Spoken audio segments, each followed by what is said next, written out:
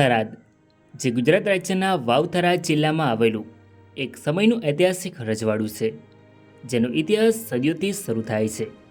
થરાદ, જે ભારતની આઝાદી પહેલાં એક સમૃદ્ધ રજવાડું હતું, જેમાં અનેક શાસકો દ્વારા શાસન કરવામાં આવ્યું હતું. તેમના શાસનકાળ દરમિયાન બાંધવામાં આવેલી ઇમારતો આજે પણ થરાદમાં જોવા મળે છે, જે જોઈને આપણને થરાદ રજવાડાનો ઇતિહાસ જાણવાની ઈચ્છાઓ જાગે છે. જેથી આજના વિડીયોમાં આપણે થરાદ રજવાડાનો ઇતિહાસ જાણીશું. નમસ્કાર મિત્રો, તો સ્વાગત છે એક નવા વિડીયોમાં. સો ફ્રેન્ડ્સ, હું છું ધર્મેશ અને ધર્મેશ પટેલ યુટ્યુબ ચેનલમાં તમારું સ્વાગત છે. સો ફ્રેન્ડ્સ, આજના વિડીયોમાં આપણે થરાદ રજવાડાનો ઇતિહાસ જાણીશું. સો વિડીયોમાં છેલ્લે સુધી જોડાયેલા રહો. તો ચાલો વિડીયોને શરૂ કરીએ.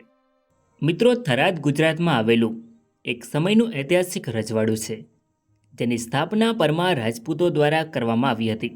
સૌપ્રથમ જાણીશું આપણે થરાદ રજવાડાની સ્થાપના કેવી રીતે થઈ અને કોના દ્વારા કરવામાં આવી.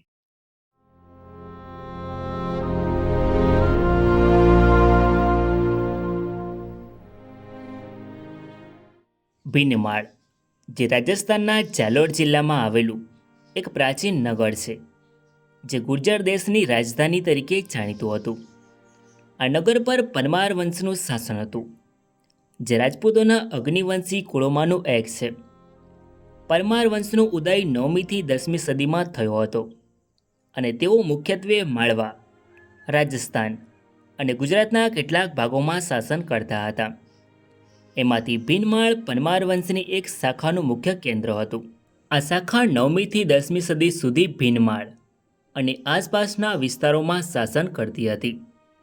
આ વંશના શાસકોમાં એક મહત્વનું નામ છે પરમાર તિરપાળજી, જેઓ તે સમયે ભીનમાળના શાસક હતા. તેમના શાસન દરમિયાન 10મી સદીની આસપાસ મુસ્લિમ આક્રમણોનો ખતરો વધી રહ્યો હતો. આવા આક્રમણોના દબાણ હેઠળ પરમાર તિરપાળજીએ ભીનમાળ છોડીને ગુજરાતના થરાદ તરફ સ્થળાંતર કરવાનો નિર્ણય લીધો. પરમાર તિરપાળજી ભીનમાળ છોડીને થરાદ પહોંચ્યા અને એક નવા રાજ્યની સ્થાપના કરી. તેમણે તેમના નામ પરથી રાજ્યનું નામ થીરપુર રાખ્યું અને થીરપુર પરથી થરાદ નામ પડ્યું. જી હા મિત્રો, આવી રીતે શરૂઆત થઈ થરાદ રજવાડાની. પરમાર તિરપાળજી પછી ઘણા શાસકોએ થરાદ રજવાડામાં શાસન કર્યું, જેમાં અનુક્રમે ગઢસિંહજી, સુમેરસિંહજી, ઉદયસિંહજી, મહિપાળજી, તેજપાળજી અને અજયપાળજી. પરમાર અજયપાળજીના શાસન દરમિયાન સોલંકીઓએ પોતાના રાજકીય અને સૈન્ય શક્તિના બળે થરાદ પર કબજો કરી લીધો અને આવી રીતે થરાદના પરમાર વંશનો અંત થયો. 11મી સદીની આસપાસ રાજસ્થાનના નાડોલ નામના રાજ્યમાં ચૌહાણ વંશનું શાસન હતું. આ વંશના એક મુખ્ય પુરુષ હતા રાણા દેધરાવ ઉર્ફે દેદા. દેદા એક નીડર અને શક્તિશાળી યોદ્ધા હતા, જેમનું હૃદય નાડોલની ધરતી સાથે જોડાયેલું હતું. પરંતુ કોઈ કારણસર, કદાચ રાજકીય ખેંચતાણ કે વંશની અંદરની કળી, દેદાએ નાડોલથી અલગ થવાનો નિર્ણય લીધો. દેદાના પુત્ર હતા રાણા રતનસિંહ, જે પોતાના પિતાની જેમ બહાદુર અને મહત્વાકાંક્ષી હતા. રતનસિંહની માતાનો પરિવાર અણહિલવાડ પાટણના સોલંકી શાસકો સાથે સંબંધ ધરાવતો હતો, જેઓ થરાદ પર શાસન કરતા હતા. આથી રાણા રતનસિંહ પોતાના મામાને ત્યાં થરાદ પહોંચ્યા. મિત્રો, થરાદ તે સમયે સમૃદ્ધ અને મહત્વનો પ્રદેશ હતો, જેનું શાસન રાણા રતનસિંહના મામાના હાથમાં હતું.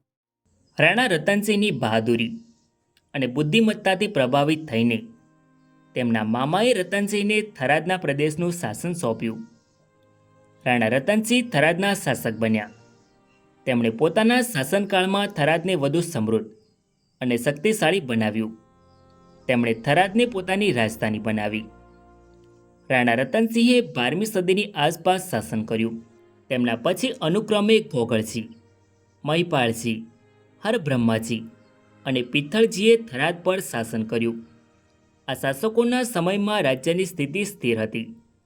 ત્યારબાદ 13મી સદીમાં થરાદની ગાદી પર રાણા પૂંજાસિંહ ગાદી પર આવે છે, જેમને રાણા પૂંજાજી તરીકે પણ ઓળખવામાં આવતા હતા.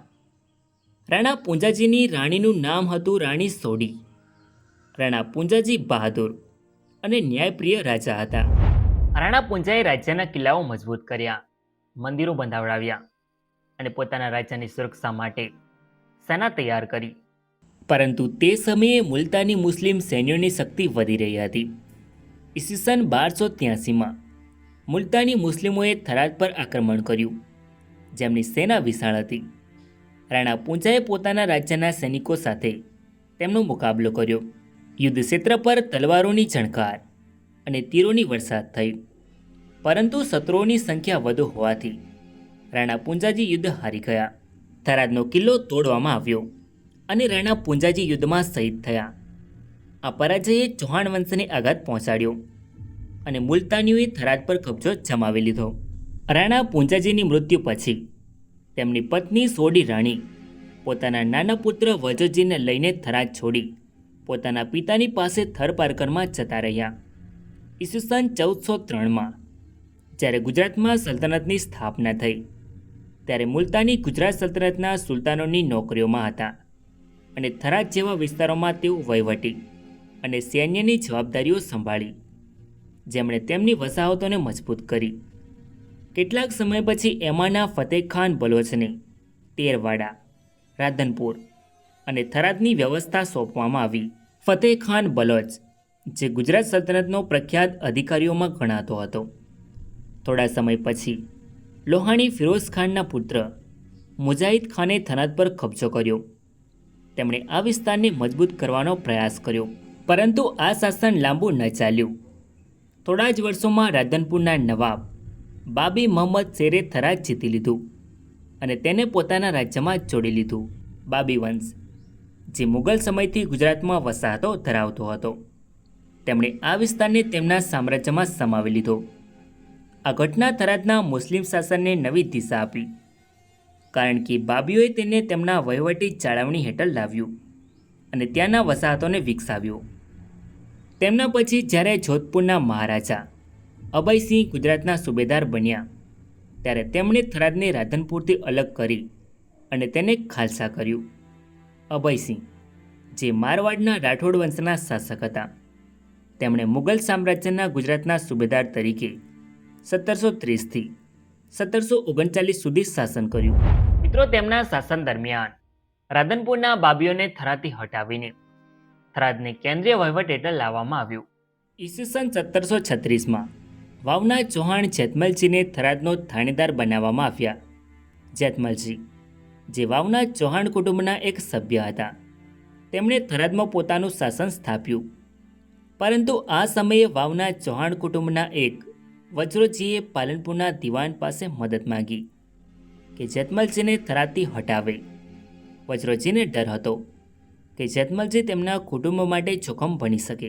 પાલનપુરના દિવાન, જે લોહાણી વંશના હતા, તેમણે આ વિનંતી સ્વીકારી અને જેતમલજીને થરાદથી હટાવી દીધા.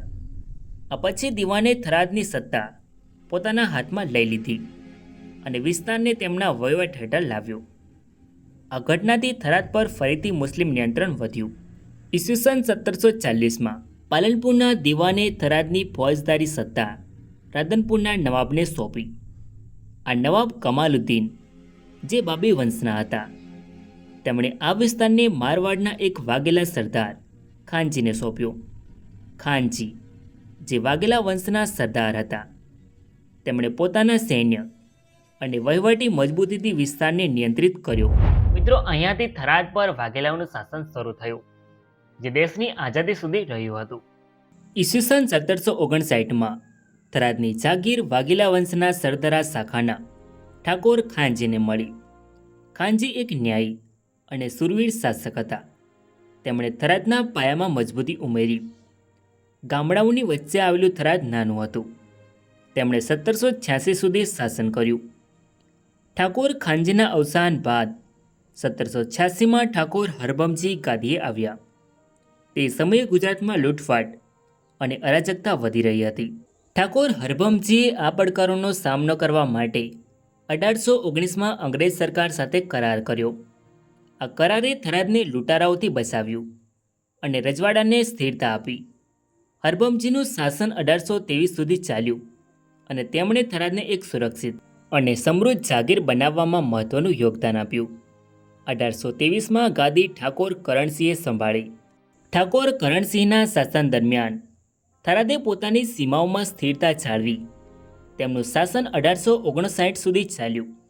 કરણસિંહના અવસાન બાદ તેમના પૌત્ર ઠાકોર ખેંગારજીએ 1859માં ગાદી સંભાળી. તેમણે 1859થી 1892 સુધી શાસન કર્યું. ઈસવીસન 1892માં ઠાકોર અભયસિંહજી ગાદીએ આવ્યા. તેમના શાસન દરમિયાન થરાદે આધુનિકતાના પગલાં ભર્યા. અભયસિંહજીએ શિક્ષણ અને સ્વાસ્થ્ય પર ધ્યાન આપ્યું. તેમના સમયમાં થરાદમાં એંગ્લો વર્નાક્યુલર સ્કૂલની સ્થાપના થઈ, જેણે યુવાનોને શિક્ષણની નવી તકો આપી.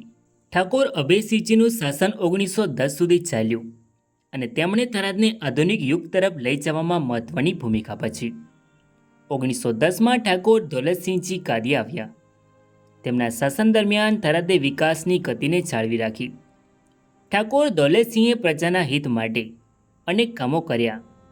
તેમના શાસનકાળ દરમિયાન 1913-14માં મોરવાડમાં ત્રિકમ જીવરાજ દવાખાનું શરૂ થયું, જેનાથી પ્રજાને આરોગ્ય સેવાઓ મળવા લાગી. આ ઉપરાંત શ્રી દૌલતસિંહજી લાઇબ્રેરીની શરૂઆત થઈ, જે થરાદની સાંસ્કૃતિક અને બૌદ્ધિક વિકાસનું પ્રતીક બની. ઠાકોર દૌલતસિંહજીએ 1921 સુધી શાસન કર્યું. તેમના અવસાન બાદ ઠાકોર ભીમસિંહજીએ થરાદની ગાદી સંભાળી.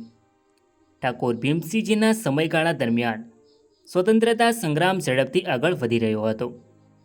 ભારત દેશમાં 1947 સુધી અંગ્રેજોનું શાસન રહ્યું હતું. ત્યારબાદ 1947માં ભારત દેશ અંગ્રેજોના શાસનમાંથી આઝાદ થયો. ત્યારે ભારતનું વિભાજન થયું.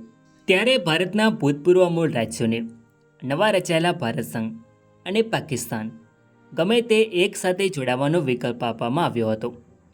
ત્યારે થરાદ રજવાડાના છેલ્લા શાસકે થરાદ રજવાડાને ભારત સંઘમાં સામેલ કર્યું, જે આજે ગુજરાત રાજ્યના વાવ થરાદ જિલ્લામાં આવેલ થરાદ શહેર છે. મિત્રો, આ છે થરાદ રજવાડાનો ધ્વજ, જે તમે સ્ક્રીન પર જોઈ શકો છો. તો મિત્રો, આ તો થરાદ રજવાડાનો ઇતિહાસ. આઈ હોપ કે તમને આ વિડીયો ગમ્યો હશે. સો વિડીયોને લાઇક કરીને કમેન્ટમાં તમારો અભિપ્રાય જરૂર લખો. અને ચેનલમાં નવા હોય તો આવા જ નવા વિડીયો જોવા માટે ચેનલને સબસ્ક્રાઈબ જરૂર કરો. તો મળીએ એક નવા વિડીયોમાં. ધન્યવાદ.